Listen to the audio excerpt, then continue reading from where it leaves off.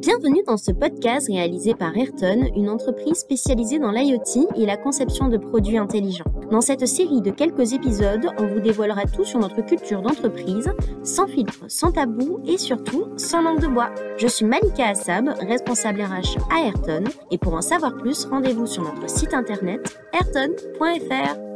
Il est bien connu que le monde de la tech est majoritairement masculin. Selon l'étude GenderScan 2022, qui mesure l'évolution de la situation des femmes dans le secteur des technologies et du numérique, la part des femmes dans ce secteur est de 17% en 2020. Aujourd'hui, on veut casser les idées reçues et bousculer les clichés des boîtes majoritairement composées d'hommes, parce qu'on considère que la diversité est bien plus vaste que le ratio homme-femme. Ayrton n'échappe pas à la règle et la parité homme-femme est loin d'être au rendez-vous, ce qui n'empêche pas notre management d'être caractérisé par des qualités trop souvent conjuguées au féminin. Parce qu'on a envie de vous partager notre vision sur le sujet, 3 de mes collègues hommes cisgenres prennent la parole pour vous parler de douceur, de sensibilité et d'inclusion en entreprise. Des termes encore trop peu présents selon nous dans le monde de la tech. Je ne vous en dévoile pas plus, je vous invite à le découvrir tout de suite avec mes collègues Thibaut Chazalet, Sébastien Bourdelin et Romain Forestier. Sans plus attendre, je vous souhaite une bonne écoute. Bonjour Thibaut, Sébastien et Romain, je vous remercie de participer à ce nouveau podcast. Et avant de rentrer dans le vif du sujet, je vous propose de vous présenter chacun votre tour. Bonjour Malika, moi c'est Thibaut, j'ai rejoint Ayrton en juillet de cette année et je suis chef de projet industrialisation. Salut Malika, moi c'est Sébastien, je suis rentré à Ayrton il y a 1 an et quand je suis rentré à Ayrton, je rentrais aussi en France parce qu'avant je vivais au Canada pendant plus de 10 ans. Salut Malika, moi c'est Romain. J'ai rejoint l'équipe d'Ayrton il y a maintenant 1 an et du coup je suis ingénieur en électronique. Top, merci. Donc vous avez chacun des compétences qui ne sont pas toujours valorisées en entreprise, voire souvent marginalisées, notamment dans une boîte majoritairement composée d'hommes. Et le but de notre échange est de les rendre visibles, mais aussi aller les questionner. Je vais profiter de cette transition pour vous parler d'une anecdote qui, moi, me plaît beaucoup. C'est celle du gorille. Donc, souvent, le gorille, il est présenté comme peut-être un animal féroce, qui caractérise la force, etc. Et on fait souvent l'analogie avec un leadership un peu écrasant, etc. Mais est-ce que vous connaissez la compétence différenciante du gorille dans son leadership, on va dire? Différenciante ? Ouais. Tu peux préciser. C'est-à-dire qu'aujourd'hui, le gorille, en fait, comme je le disais au départ, souvent, il se caractérise par de la force, de la colère, etc. Mais c'est pas vraiment ça. À votre avis, c'est quoi sa compétence qui est différenciante? Je dirais, il prend soin des siens, peut-être ? Ouais. Des choses comme ça, de la bienveillance ? De la douceur. De la douceur, ok. Et en fait, un gorille, pour qu'il devienne mâle alpha dans sa communauté, c'est lorsqu'en fait il va être doux. Plus il va être doux avec les petits, plus il va convoiter les femelles et plus il aura de chance en fait de pouvoir reproduire son ADN, etc. Et est-ce que vous avez déjà vu des référentiels de compétences dans les entreprises comme à Ayrton par exemple, la matrice des compétences? Est-ce que vous voyez apparaître le mot ou l'adjectif douceur, la compétence douceur? Non. Non plus. Ce qui est bien dommage parce que aujourd'hui, justement, notre management, on va dire que les fondamentaux du management à Ayrton aujourd'hui, c'est plutôt la douceur. On a tous eu l'occasion d'échanger avec Adrien, qui est aujourd'hui le fondateur de Ayrton, et c'est clairement pas un gars féroce qui crie et qui est tout rouge et en colère. C'est plutôt quelqu'un de posé qui parle et qui est à l'écoute. Je vais te donner la parole, Thibaut, pour parler de la douceur. Qu'est-ce que ça veut dire pour toi, la douceur? La douceur, pour moi, c'est tous les actes, les mots, les comportements qui permettent de rendre une atmosphère, un moment ou une relation apaisante, bienveillante, agréable pour les gens qui participent ou qui s'y trouvent. D'accord. Que ce soit dans le pro, dans le perso, tout confondu. Oui, pour moi, c'est un concept universel qui peut s'appliquer à n'importe quel moment ou endroit de la vie. Est-ce qu'elle a sa place en entreprise? En entreprise comme ailleurs, je pense on passe énormément de temps au boulot et c'est quand même une chose importante de veiller à contribuer à ce bien-être collectif. On vit en société, on travaille en société et on a tous notre pierre à ajouter à l'édifice pour bâtir un monde, une société qui nous correspond, où on se sent bien. Cool. Donc toi, tu es chef de projet Indus, tu as travaillé dans ce milieu depuis un certain temps et souvent on peut avoir des a priori en fait dans un monde méca, Indus, etc. où justement la douceur n'aurait pas sa place. Toi, t'en penses quoi de tout ça? Je trouve que la place de la douceur est de plus en plus facilement acceptée au fur et à mesure du temps, des évolutions d'une société. Mais au-delà de ça, je crois qu'il faut être en accord avec soi-même et apporter ce qu'on a de positif à apporter. Après, les gens y adhèrent ou pas. Mais je pense que la nature humaine fait que on aime tous être dans un climat paisible. Donc petit à petit, on peut amener les gens dans cette voie en montrant, on va dire, une sorte d'exemple. Et puis après, ceux qui n'y adhèrent pas, peut-être plus tard. Chacun sa vision et son rythme d'évolution par rapport au comportement professionnel ou personnel. Ok, et du coup, pour de vrai, elle s'exprime comment en fait? T'as dit créer un climat paisible, apaisant, etc. Mais pour de vrai, si tu devais l'expliquer de façon concrète, ça ressemble à quoi de la douceur dans un projet par exemple, dans une équipe, dans une relation pro?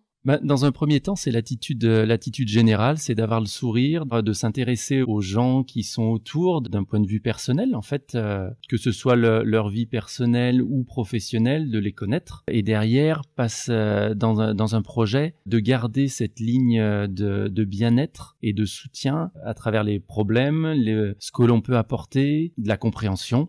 Voilà, contribuer sur tous ces petits axes. Et c'est généralement des choses très simples, finalement, qui apportent cette douceur, je crois. Est-ce que tu pourrais me raconter une anecdote au sein d'Ayrton, en fait, qui mettrait en scène la douceur, quelque chose dont tu te souviens Alors, chez Ayrton, la douceur est mise en scène à chaque daily, et c'est les petites réunions d'un quart d'heure qu'on fait en début de journée sur les projets pour donner un peu le focus du jour, les nouvelles de la veille, pour être tous synchro. La douceur s'incarne dans ces moments-là parce que on partage les points positifs, les difficultés, mais il y a toujours un axe prépondérant sur qu'est-ce qu'on va faire de bien et comment on va pouvoir s'entraider. Et donc c'est commencer la journée systématiquement avec le sourire parce que les gens sont heureux d'être là, heureux d'échanger. Et puis ça lance tous les jours une belle journée en perspective et on se sent jamais seul du coup.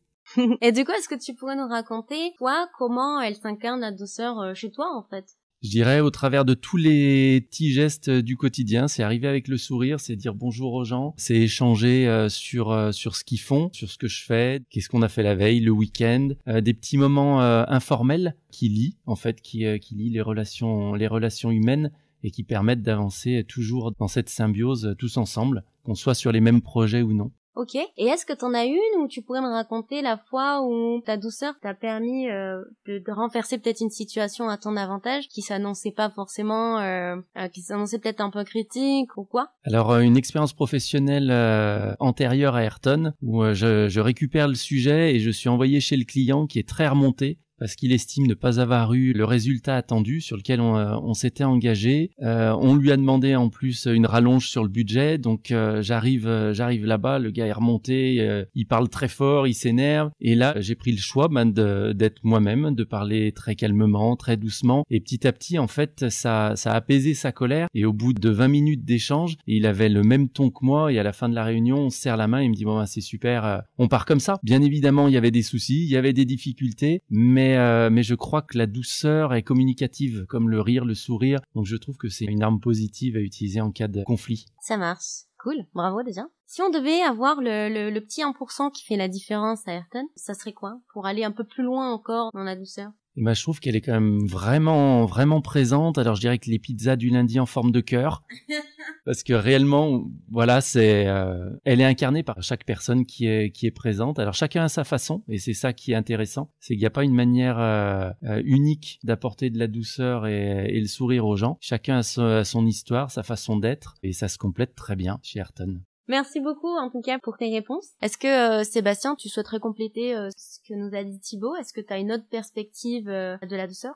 Je trouve qu'il a très bien expliqué. Merci à lui pour ça. Un truc que j'aimerais rajouter peut-être, c'est le fait que justement le fait d'être doux, c'est de ne pas être agressif en fait. Et dans l'agressivité, Pourquoi? Parce que derrière, on parle d'émotions qui sont des émotions peut-être d'un côté positive et de l'autre qui va être négative et qui va entraîner d'autres choses qu'on cherche pas forcément du coup. Ça fait du sens pour toi? Ça fait du sens pour moi. Après, justement, c'est la transition parfaite par rapport à l'émotion. Pour moi, il n'existe pas d'émotion négative ou positive. Pour moi, une émotion, c'est un message. L'émotion, c'est la chose la plus ancienne qu'il existe chez l'être humain. C'est-à-dire que si aujourd'hui on est tous là, c'est parce que à un moment donné, nos émotions nous ont assuré notre survie en fait. Par exemple, j'ai peur, je cours. Je suis en colère, je me bats. Je suis heureux, je partage, etc., etc. Ce qui me fait dire qu'on n'est pas forcément déjà tous égaux par rapport à l'expression de nos émotions, etc., etc. Que on a chacun notre façon de l'exprimer. Souvent, j'ai entendu en entreprise, l'émotion n'aurait pas sa place. Alors, bien sûr, il faut rentrer plus dans le vif du sujet ou profondément dans le sujet, comprendre quelle émotion, etc. Mais toi, t'en penses quoi de ça? Pour moi, émotion veut dire sensibilité. Est-ce que l'expression de ces émotions n'aurait pas sa place en entreprise? Pour moi, bon, déjà, quand on parle du coup de sensibilité, puisqu'on c'est le thème du début, et on parle de justement d'être à l'écoute de ces émotions, d'arriver à les cerner, de comprendre effectivement les messages qu'elles nous envoient. Comme tu dis, ce sont des messagers. Une émotion est un message que ton corps t'envoie. Du coup, dire que ça n'a pas sa place dans une entreprise, ça voudrait dire se couper de sa partie d'humain en fait. Donc dit comme ça, c'est très brut. Donc, je te répondrai non, ça fait pas de sens ce que tu me dis. Mais après, je me pose vraiment même la question parce que j'imagine qu'il y a plusieurs niveaux, tu sais, d'émotion. À quel point tu peux exprimer ton émotion? C'est-à-dire, si je suis en colère, est-ce que il faut que ça sorte absolument et de façon pas diabolique, mais en tout cas, il y a aussi peut-être une intensité à gérer soi-même en tant que personne. Par contre, de là à dire que l'émotion n'a pas sa place en entreprise, non. De dire que, écoute, en ce moment, je me sens pas bien, je suis en colère, je suis triste, je suis heureux. Je pense que c'est important de le partager, au contraire. Ça nous connecte les uns les autres, oui, bien sûr. 100% d'accord avec toi. Alors, je n'ai pas la source en tête, mais j'avais écouté une conférence d'une anthropologue qui s'appelle Emmanuelle Joseph. Et en fait, elle exprime à un moment donné que une étude avait été réalisée et avait prouvé que n'importe quelle décision prise est toujours prise sous le coup d'une émotion. Alors, conscientisée ou non, l'émotion en fait est toujours une partie de nous. Et comme tu l'as dit, comment on peut l'exprimer en entreprise? Et à quel point en fait on peut exprimer en entreprise avec ses collègues, le fait que on n'est pas dans notre meilleur moment ou on n'est pas bien, etc. À quel point c'est écouté, à quel point c'est entendu. Toi, t'as eu l'expérience au Canada, en France, peut-être que t'as vécu les choses différemment. Oui, clairement. Alors, Ayrton, je trouve que c'est particulier parce qu'il y a quand même des valeurs sur l'humain qui sont clairement recherchées, mises en avant. Il y a des managers, il y a des gens qui sont présents, en tout cas, pour justement aller creuser un peu ça. Je pense que toi, Malika, avant, tu étais coach de vie aussi, et donc tu as pas mal poussé ce genre de questions. Par contre, effectivement, alors ma première entreprise que j'ai faite était en France. L'émotion, c'était un peu ce que j'appelle old school, c'est-à-dire un peu le travail à la dure, comme on dit, je pense, où l'émotion a effectivement peut-être pas sa place. Typiquement, l'exemple classique, ça va être si tu pleures, c'est une fillette, hein. Donc oui, ça c'est des trucs que j'ai vus et sur lesquels je suis bouleversé de voir ça, parce ça crée des choses, ça crée des générations de dépressifs et que c'est pas très cool. Au Canada, pour le coup, il y a effectivement beaucoup plus de bienveillance, de ce que moi j'ai expérimenté, bien sûr. C'est toujours vu de mon filtre à moi. Mais oui, je trouvais que les gens, oui, il y avait beaucoup plus d'accueil par rapport à ça. L'émotion est toujours bien vue. Par exemple, moi, je suis quelqu'un d'assez introverti, et puis l'introversion est pas quelque chose de mal, comme ce que j'ai cru comprendre de mon adolescence en France, où il fallait prendre beaucoup de place pour exister. Et puis, ouais, c'est ça. Mais par contre, c'est vrai que justement, quand je suis revenu en France, j'avais très peur de cette première expérience que j'avais eue en France, et je cherchais une entreprise où l'humain était mis en avant, parce que ça m'a rassuré énormément, parce que ça me correspond à fond, et que je sais que je suis, moi, quelqu'un d'hypersensible. Si je me sens pas avec des gens qui sont à l'écoute des émotions, si je peux pas partager mon mal-être, mon bien-être, peu importe, mais en parler en tout cas, je vais pas être heureux. Et aujourd'hui, si on pouvait aller plus loin dans cette démarche, qu'est-ce qu'on pourrait mettre en place? Je pense que c'est compliqué dans le sens où il y a aussi la sphère privée de chaque personne. Ce qu'on peut faire, nous, c'est juste être à l'écoute et se rendre disponible. Si les personnes sont là, et dire que aucune émotion sera mal vue, etc., tu peux exprimer, on t'écoutera. Je pense que c'est juste la place qu'on peut avoir, c'est ça. Parce qu'après, tu peux pas aller trop loin non plus, c'est toujours tu peux pas aller creuser dans la vie privée de l'autre et forcément lui tirer les verres du nez, ça. C'est une responsabilité personnelle. Juste être à l'écoute, être présent. Quand la personne en a envie, si elle sent le besoin, Ouais, je pense que c'est ça. J'avais donc une question, c'est pour rendre les choses plus concrètes, est-ce que tu peux nous raconter une anecdote où tu as rencontré en fait cette possibilité d'expression de sa sensibilité à Ayrton et où tu as reçu de l'écoute? Clairement, en plus, c'est très récent. Donc, je suis rentré sur un projet, sur une techno que je ne maîtrise pas actuellement. J'étais extrêmement anxieux. Je suis quelqu'un d'assez anxieux de façon générale. Mais j'ai appris justement à en parler. Et je pense que j'ai tanné toute la boîte à en parler à tout le monde pour le coup. Putain, je rentre sur ce projet et tout. Les gars, bon, je suis stressé. Disons que dans mon cas, ça m'a permis de ventiler énormément. J'ai senti des gens qui étaient présents, qui me disaient que si j'avais des difficultés, ils étaient là pour m'aider. Et ça m'a énormément fait de bien. J'ai pu aussi énormément ventiler avec Jessica, qui est ma manager, qui était présente et puis qui faisait un suivi avec moi. C'est extrêmement important de pouvoir, dans ces moments-là, se sentir écouté, quoi. Après, même si, bien sûr, tu as ta part, toi, du chemin à faire, etc., c'est pas de la responsabilité de l'autre, mais d'avoir une écoute, d'avoir savoir que les gens sont au courant, moi, ça me rassure énormément et ça me permet de ventiler, oui. Ventiler, ça veut dire quoi pour toi? Alors pour moi, ça veut dire de ne pas juste de garder l'émotion dans ma tête à moi et de la faire qu'elle s'amplifie et qu'elle part dans un monde que je contrôle plus. Donc la partager, quoi. Faire éclater un peu l'abcès, quoi. Top. Et du coup, est-ce que tu peux nous raconter peut-être la fois où cette expression de l'émotion, cette sensibilité que tu as su partager a transformé une situation à ton avantage en fait? Dans ce cas-là, ça m'a permis de faire mon travail en fait, de pas péter un câble clairement, quoi. En tout cas, de pas rester dans ma bulle et comme je disais, de me rendre malade, quoi. Je dis pas que ça a pas été dur parce que j'étais quand même anxieux, mais en tout cas, je pouvais le partager. Puis je savais qu'il y avait du backup, un peu comme ça. Ouais, c'est pas mal. Et puis je pense aussi à travers ça que derrière, parce que j'ai eu des retours aussi en discutant avec les gars de l'équipe, que ça permet aussi aux autres personnes de se sentir libérées par rapport à pouvoir eux aussi partager leurs difficultés, leur anxiété. Je dis pas que je suis pionnier ou whatever, mais c'est plus ce côté de, tu sens un effet de groupe qui peut être généré par rapport à ça, que ça fait un effet boule de neige et que du coup, ça entraîne ce genre de partage. Ça, je trouvais ça cool. Ouais, je trouve ça vraiment cool. Donc le conseil que tu donnes pour aller plus loin, c'est de rester à l'écoute en fait. C'est ça? Ouais, d'un point de vue RH, je pense que ce que vous pouvez faire, c'est ça. D'un point de vue, nous, de notre responsabilité, c'est, moi, je sais que je vais pas me cacher, en tout cas, et chercher à jouer un rôle, on parlait tout à l'heure de fillette, etc., tu sais, jouer un rôle de mâle, ou je sais pas quoi, tu sais, de ne pas dire, je suis triste, je pleure, etc., j'ai peur, etc., non,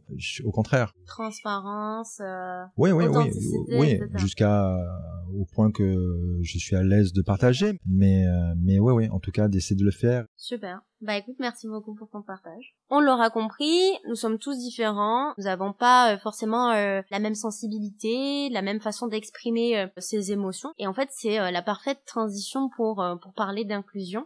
Donc aujourd'hui, la société, elle est composée d'individus avec ses particularités, ses spécificités. Et en fait, c'est comment on pourrait encourager et entretenir cette différence, un peu comme de la permaculture. C'est-à-dire que plus on cultive deux personnes complètement différentes, et plus on est fort, en fait. Ce que je veux dire par là, c'est que plus on cultive la différence, la complémentarité, et plus le groupe sera solide. Donc là, je vais laisser la parole à Romain donc, pour parler d'inclusion. Est-ce que tu peux nous dire ce que c'est? Bien sûr, Malika. Donc pour moi, l'inclusion, de manière générale, c'est permettre à chacun d'être soi-même au travail, de se sentir à l'aise dans un environnement bienveillant. C'est aussi surtout, comme tu dis tout à l'heure, la différence. Donc accompagner la différence au travail, recruter des personnes différentes, travailler avec elles. Il y a aussi tout un travail derrière de lutte et de sensibilisation contre les discriminations. Ayrton, on aimerait aller plus loin dans cette sensibilisation, dans cette lutte contre la discrimination. On fait quelques actions qui sont encore trop timides. Donc le but de notre échange, c'est de voir jusqu'où on peut aller et comment on peut aussi sensibiliser